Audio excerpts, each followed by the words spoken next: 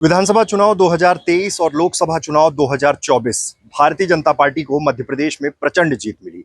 विधानसभा चुनाव 2023 की जीत तो कुछ ऐसी थी कि जिसकी कल्पना शायद भाजपा ने भी नहीं की थी।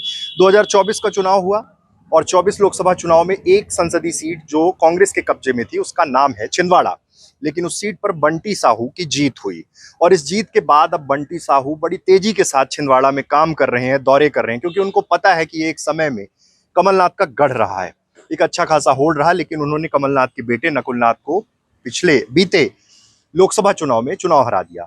अब उनका एक बड़ा बयान आया है। जैसा कि आपको भी पता है कि 2023 चुनाव के बाद से 24 तक में, लोकसभा चुनाव तक में कांग्रेस में जबरदस्त भगदड़ मची हुई थी। छिंदवाड़ा के ही एक विधायक पार्टी छोड़कर चले गए, अलग अलग जगह से विधायकों ने पार्टी छोड़ी, कांग्रेस के विधायकों ने पार्टी छोड़ी और उसका नुकसान कांग्रेस को हुआ चुनाव में। बंटी साहू ने साफ तौर पे कहा है कि जो 50% वाले कांग्रेसी हैं उनकी भाजपा में कोई जरूरत नहीं, हमें 100% भाजपाई चाहिए। हमारी पार्टी में दूसरे दल से आने वाले नेताओं के लिए जगह नहीं है, मैं ऐसे लोगों का विरोध करूंगा। हालांकि इस मसले पर तमाम नेताओं से भी पूछा गया तो वो इस बात को टालते रहे। रामेश्वर शर्मा विधायक हैं भोपाल से, उन्होंने कहा कि कोई भी पार्टी में आना चाहता है तो स्वागत है।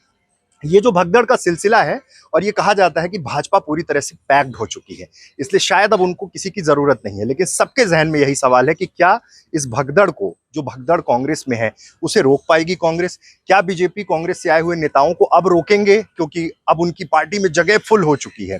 प्रचंड जीत, जिस तरह से विधानसभा चुनाव में जीत मिली, उसके बाद लोकसभा में जीत मिली, उसके बाद से उत्साहित भाजपा अब शायद इस मोड में है कि उसे दूसरे दल से आए हुए नेताओं की जरूरत है।